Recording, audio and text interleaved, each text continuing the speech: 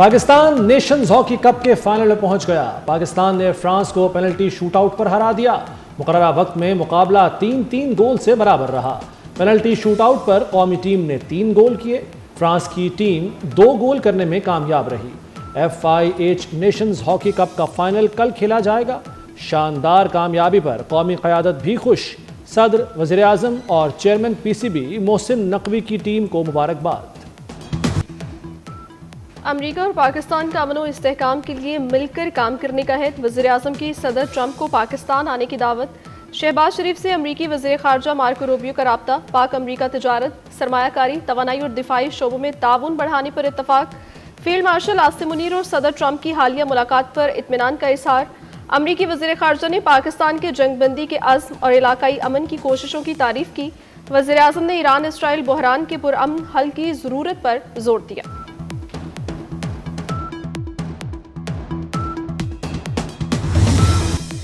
ایران اسرائیل جنگ رکوانے کے لیے عالمی کوششیں تیز۔ ایران کی درخواست پر سلامتی کونسل کا اجلاس۔ UN سیکرٹری جنرل کا فوری جنگ بندی کا مطالبہ۔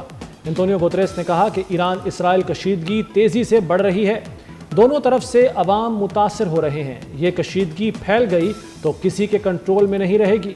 سلامتی کونسل سے آج امن کا واضح پیغام جانا چاہیے۔ اسرائیل بین الاقوامی قوانین کی خلاف ورزی کر رہا ہے۔ غیر قانونی طور پر ایران پر فضائی حملے ہو رہے ہیں۔ پاکستانی مندوب عاصم افتخار احمد کا سلامتی کونسل سے خطاب۔ کہا، اسرائیلی جارحیت سے خطے کے امن کو شدید خطرات لاحق ہیں۔ اسرائیل اور ایران تنازع کا پرامن حل چاہتے ہیں۔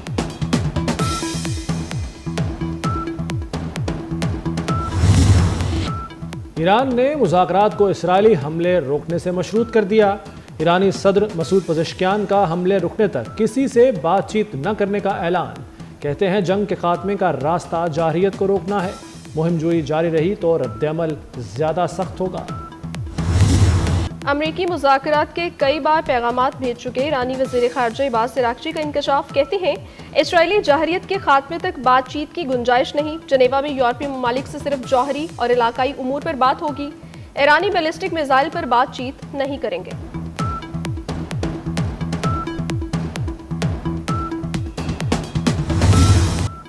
اسرائیلی دفاعی نظام میزائل روکنے میں ناکام۔ ایران کے میزائل حملوں نے اسرائیل میں تباہی مچا دی۔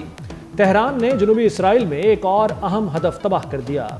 بیر سبا میں ٹیکنالوجی سینٹر میں لیامیٹ دیمونا ریئیکٹر پر بھی ایران کا میزائل حملہ۔ اسرائیلی فوج کے کمانڈ اور انٹیلیجنس ہیڈ کوارٹر کو شدید نقصان۔ عمارتیں ملبے کا ڈھیر اور گاڑیاں جل گئیں۔ ایرانی حملوں سے 8000 اسرائیلی بے گھر ہو گئے۔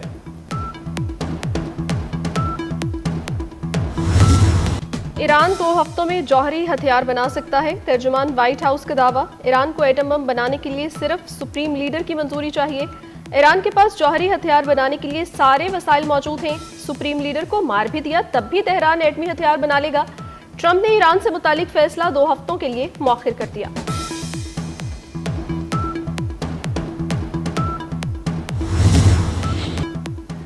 مشرق وسطی جنگ کی کھائی میں گر رہا ہے۔ ایران میں امریکی ٹیکٹیکل اسلحے کا استعمال تباہ کن ہوگا۔ روس نے واشنگٹن کو خبردار کر دیا۔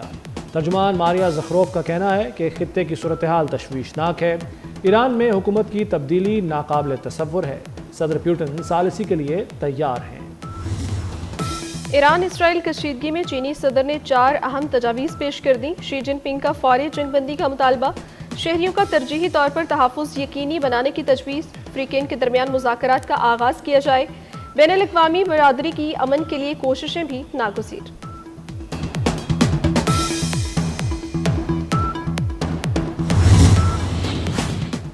ہماری جوابی کارروائی ابھی مکمل نہیں ہوئی، اسے ضرور مکمل کیا جائے گا۔ ایرانی پاسداران انقلاب کے سابق سربراہ میجر جنرل محسن رضائی کا عالمی برادری کو پیغام۔ کہتے ہیں دشمن کو غلط اندازے لگانے پر مجبور کرنے میں کامیاب ہوئے ہیں۔ جنگ میں سینکڑوں میزائل داغ چکے۔ درجنوں میزائلوں نے ان کے نام نہاد آئرن ڈوم کو چیر ڈالا۔ فی الحال جنگ بندی کا مطلب ایک نئی جنگ کو دعوت دینا ہوگا۔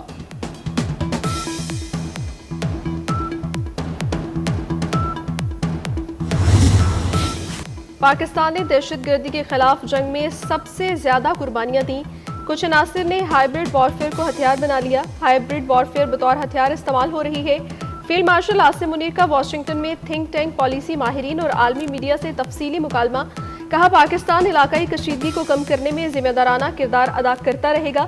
فیلڈ مارشل نے آئی ٹی، زراعت اور معدنیات میں پاکستان کی پوشیدہ صلاحیتوں پر روشنی ڈالی. عالمی سرمایہ کاروں کو سرمایہ کاری کی دعوت دی. شرکا نے سید عاصم منیر کی دو ٹوک گفتگو اور پاکستان کی اصولی پالیسیوں کو سراہا.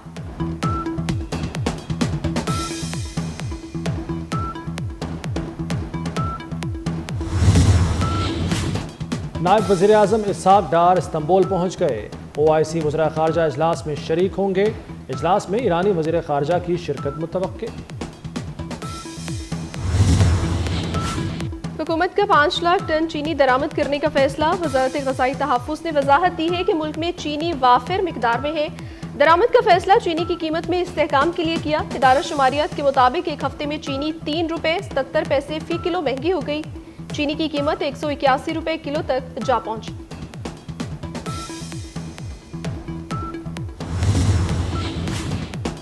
وزیر اعظم کی PNSC کے لیے لیز پر بحری جہاز لینے کی ہدایت. شہباز شریف کی زیر صدارت پاکستان نیشنل شپنگ کارپوریشن کے امور پر جائزہ اجلاس.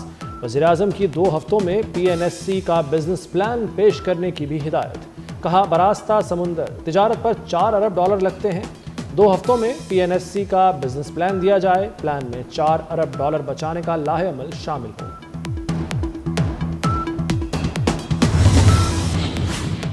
پنجاب حکومت کا کسانوں کو نچوڑنے کا منصوبہ. زرعی ٹیکس کے ساتھ سپر ٹیکس بھی لگے گا. زرعی آمدن پر ٹیکس میں 200% اضافہ.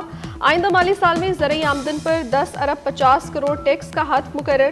تجارتی بنیادوں پر چلنے والے زرعی شعبے کمرشل فارمز میں بھی ٹیکس نیٹ آئیں گے.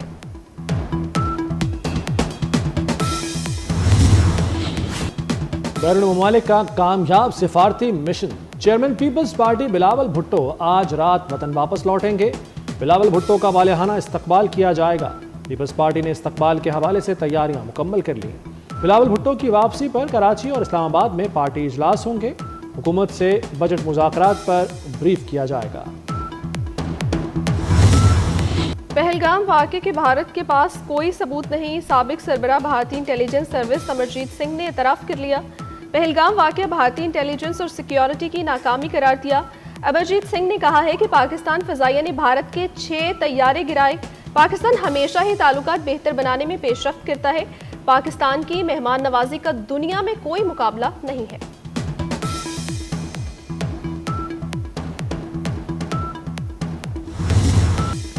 گرمی کے ماروں کو ریسکیو کرنے کا مشن.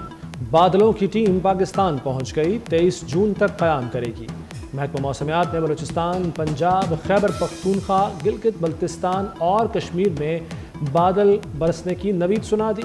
سندھ میں بھی کئی مقامات پر بارشیں ہوں گی. کراچی میں بارش سے گرمی کی شدت میں کمی آ گئی.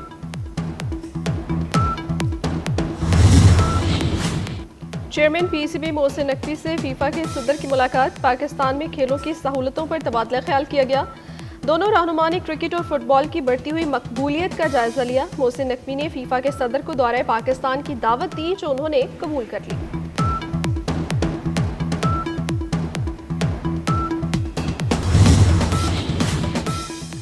پاکستانی ٹی وی اداکارہ عائشہ خان 77 برس کی عمر میں کراچی میں انتقال کر گئیں.